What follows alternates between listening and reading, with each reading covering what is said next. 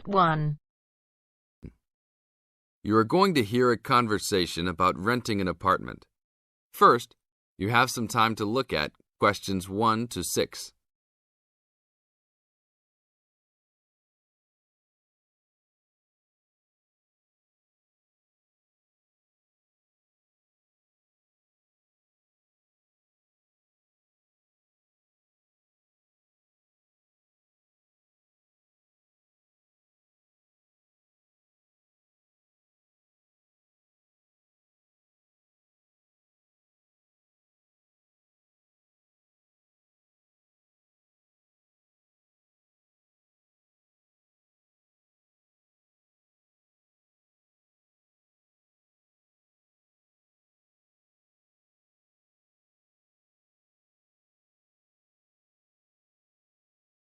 Now listen to the tape and answer questions 1 to 6. How can I help you, sir? Hi, I'm interested in renting an apartment in your building. Can you show me around inside? Sure, my pleasure. Do you know what kind of apartment you're looking for? I'm thinking of something for my best friend and I. The apartment doesn't have to be too big, just something comfortable for the two of us. I'm looking for a kitchen, 2 bedrooms and a bathroom, just something simple. Okay, well, let me show you what we have to offer. We divide our apartments into 3 categories. There are standard apartments, upgraded standard apartments, and luxury apartments. Please follow me. This apartment just went up for rent yesterday. The old tenants moved into a larger one. This apartment is what I call the standard apartment. It's small, but has everything you need. The kitchen comes with a refrigerator, an oven, and a stove. There is 1 bathroom with a shower, but no bathtub. The rooms are a good size, and both have their own closets. The living room has enough space for a couch. We will provide a television for you. These apartments are very popular with students because they are affordable and practical. Right now, we are renting these out for only $1,000 a month. I think this is a little bit on the small side. There's no space for a dining table or even for an extra desk. We will both need room to study. If there are guests over, we hope to be able to have a dining table big enough for at least 4 people. Do you have anything slightly larger? Maybe just an apartment with a bigger living room? Well, let's take a look. Right now, we also have an opening for a luxury apartment. This apartment is larger. It has 3 bedrooms, and all 3 are larger than the last one. And there are 2 bathrooms, and all have bathtubs. The kitchen is also larger, and come with an additional dishwasher and freezer. The living space has plenty of space for a dining room. How much is the rent on these apartments? These are more expensive, usually in the $2,500 range. Don't forget that there is an additional bedroom, so you could find another roommate to lower the cost. I think that's a little bit on the expensive side. We don't really have the time to find another roommate, so it's probably better to stick with the 2-bedroom places. Is there anything between these 2? Come with me. I can show you this apartment right now. But there are people living in it. There are no more of these kinds of apartments available at this moment. But if you decide that you like it, I can put you on the waiting list. And as soon as we have openings, you will be contacted. Sure, let's take a look. This is the upgraded standard apartment. As you can see, it's larger than the other 2-bedroom apartment. There are 2 bedrooms and 2 bathrooms, 1 in each room. The living room comes with a television, but no furniture. The kitchen is around the same size as the other smaller apartment. The basic difference is the additional bathroom and larger living room. These rent for around $1,400. Now look at questions 7 to 10.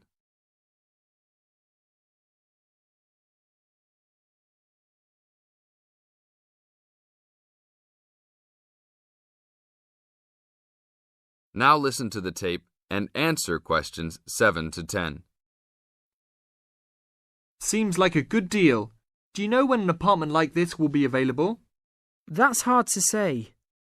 I know these people who live here right now should be graduating soon, so they might be moving out. Well, I guess I'll put my name on the waiting list. Hopefully there'll be an opening as soon as possible. That sounds like a good plan. I will notify you as soon as we have vacancies.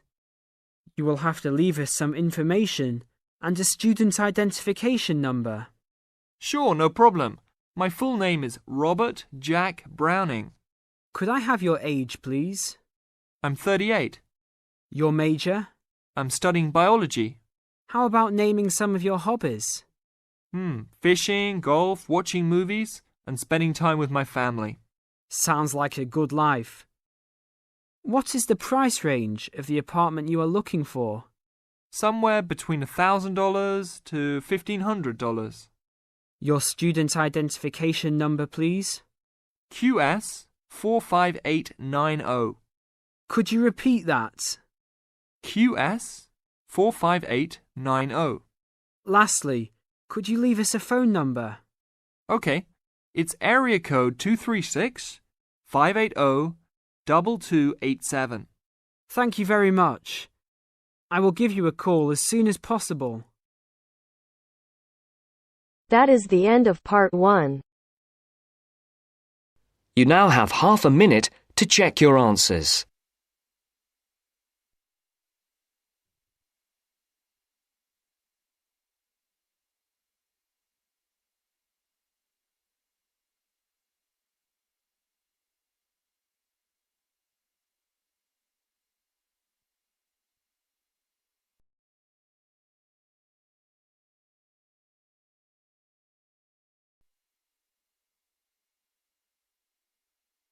Now turns to part 2.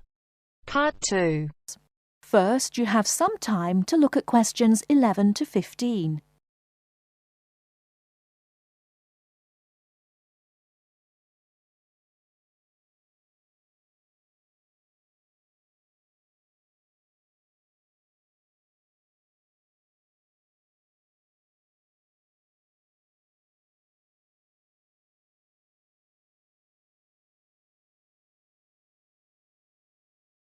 Now, listen carefully and answer questions 11 to 15.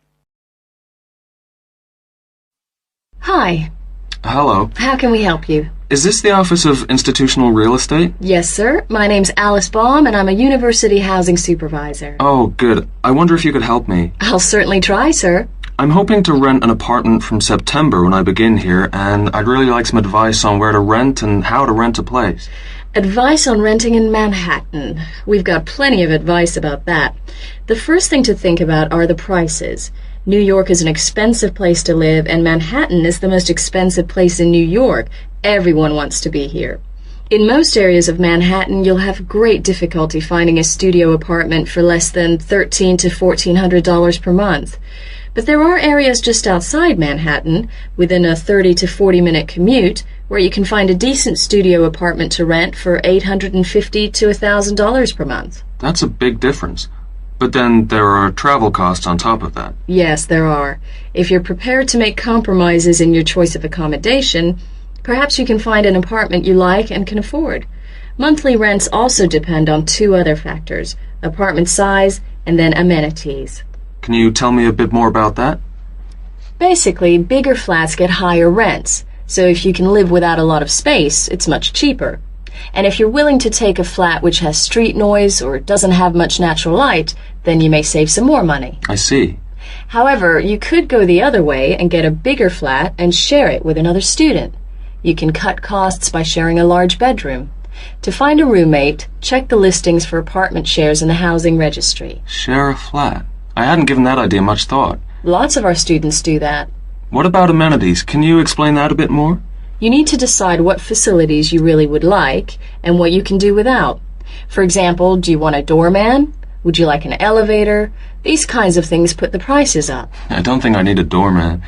Is there anything else I should know? Yes, remember, the housing market is very competitive, especially for affordable apartments. You need to be prepared to make decisions quickly and be flexible with your plans.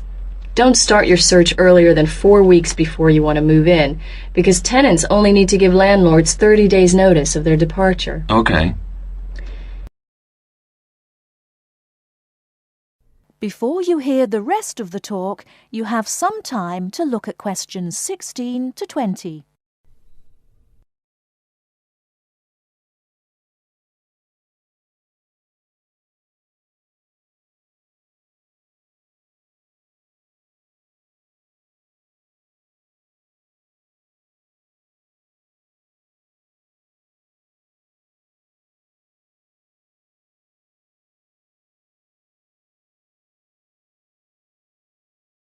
Now listen and answer questions 16 to 20. And make apartment hunting your life for 2 or 3 weeks. That should be enough time to get familiar with the market and find what you're looking for. What's the best way of finding a place? There are really only 2 ways. You do it yourself, or you get someone else to do it for you. That sounds interesting. How do I do that? There are property brokers who will find a place for you. They can guide you to the property of your choice and help you with the paperwork. Well, that sounds great. But they do charge you a commission fee. In Manhattan, expect to pay between 12 and 15% of the year's rent. That means if your rent is $1,000 a month, the broker's fee works out to $1,800. Oh, maybe not a broker then. And what's the other option again? Do the legwork yourself. Look in the classified ads, call landlord companies, and do online searches. Check out our website first. You mentioned paperwork. Could you tell me something about that? Sure. To rent an apartment, you may be asked to complete an application by your prospective landlord. You may also be asked to pay between $50 and $200 for credit reports. Landlords want to see evidence of steady income and good credit. I see. Because you're a full-time student, most landlords will require a guarantor, someone to guarantee you will pay the rent on time. And when the landlord approves your apartment application, be prepared to pay the first month's rent and the deposit when you sign the lease. That's a lot to think about, and it sounds like a lot of hard work. Thank you very much for the advice. You're very welcome, and good luck.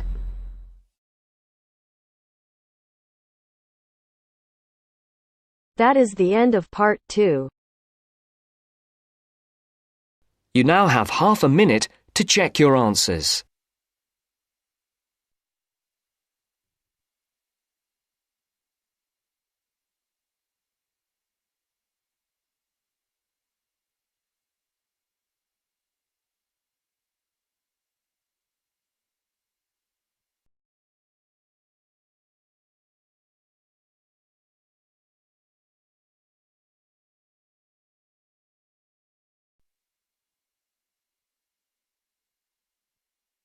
Now turns to part 3.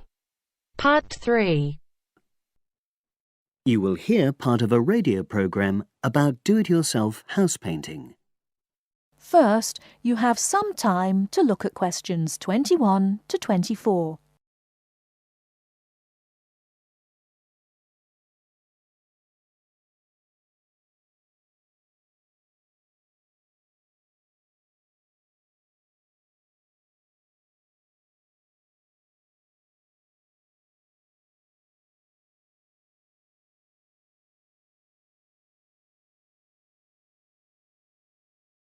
Now, listen carefully and answer questions 21 to 24.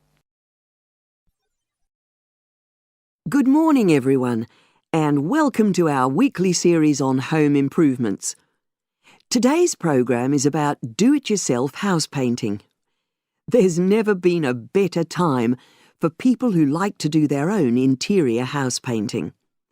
Although people still lead very busy lives, thanks to the availability of various new DIY materials, you can now decorate your home in a more efficient and a more environmentally friendly way. In 2009 alone, approximately 53 million litres of the paint that was sold in the UK were left untouched. That's enough to fill 21 Olympic-sized swimming pools. It's easy to overestimate how much paint you'll need to decorate your room if you use guesswork. And if you know exactly how much paint is needed, you avoid unnecessary waste. There are automatic paint calculators available now. Most of the major paint manufacturers provide them. Look on their websites or just Google paint calculator and see what comes up. Then simply measure the circumference and height of the room in metres, enter this into the calculator along with the type of surface you're painting, and it will tell you how many litres of paint you'll need. But if you do end up with leftover paint, you can donate it to an organisation like Community Repaint. They will take the paint from you and redistribute it to local charities and voluntary organisations, so it goes to a good home. You can find more information about Community Repaint on communityrepaint, all one word, .org.uk.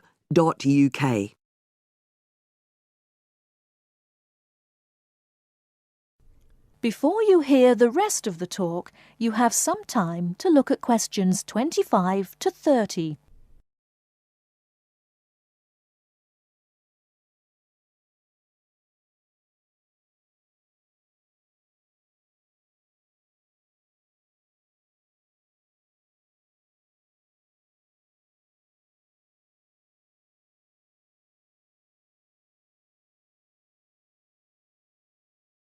Now listen and answer questions 25 to 30. Another way of avoiding paint wastage is to check you're completely happy with your colour choice before starting to paint.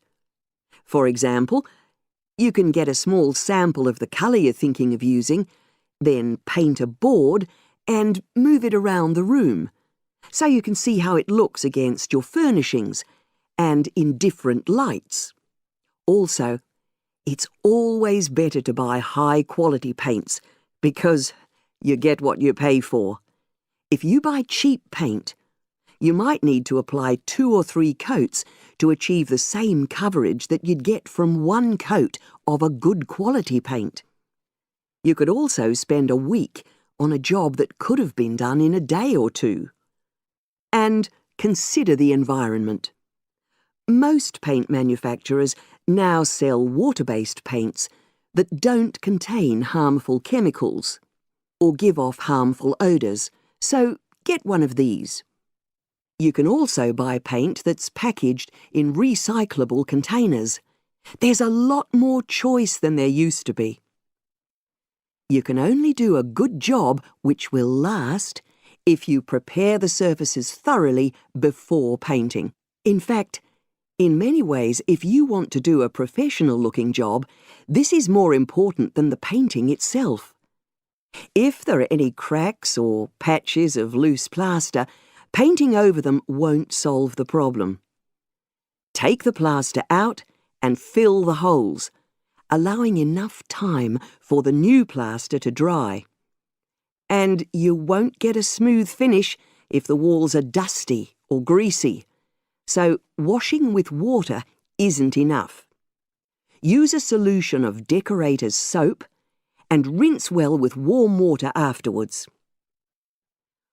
When you're ready to paint, we suggest you use a medium pile roller for walls and ceilings.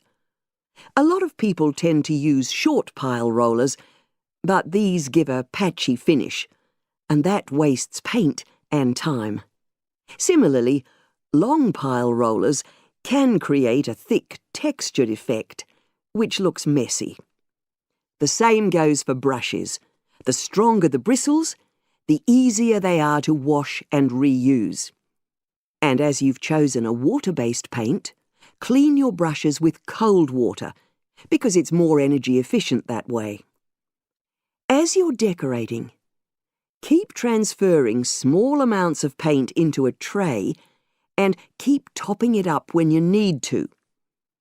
This reduces the chance of it being contaminated by dust and pieces of dirt. And finally, water-based paint doesn't have a lingering smell, so that's not an issue anymore. But it's airflow rather than heat that helps the paint dry quicker. So, to help finish the job in the quickest time, leave your doors and windows open. The faster the paint is dry and the job finished, the quicker you can start enjoying your room. In tomorrow's programme, I'll be giving some advice on... That is the end of section 2. That is the end of part 3. You now have half a minute to check your answers.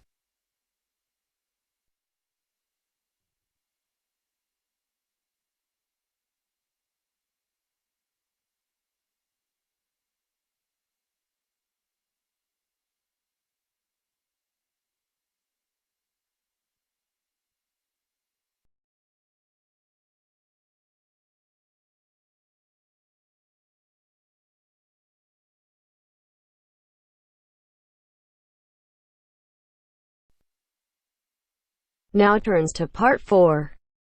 Part 4.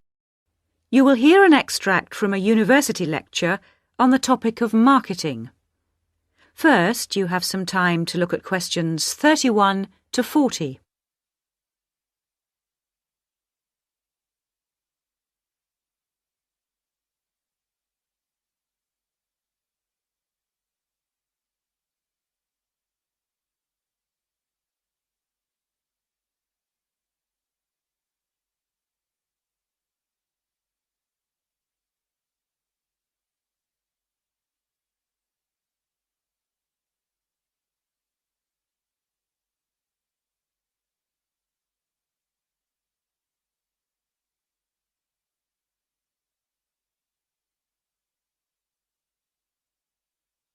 Now listen carefully and answer questions 31 to 40.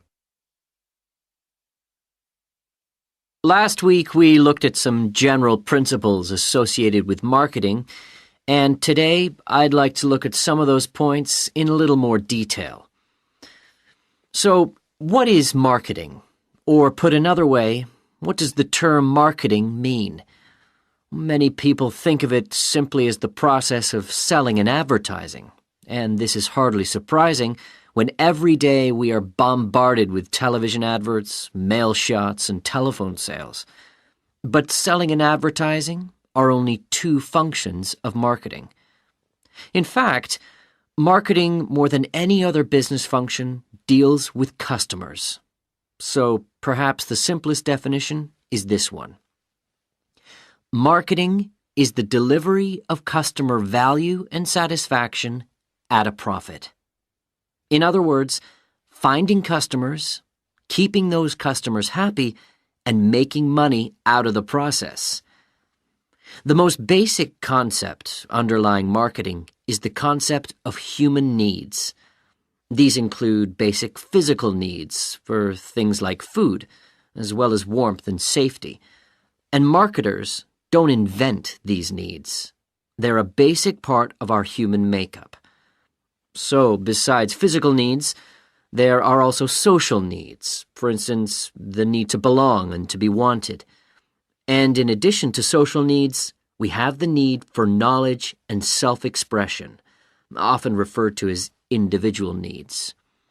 As societies evolve, members of that society start to see things not so much in terms of what they need, but in terms of what they want. And when people have enough money, these wants become demands.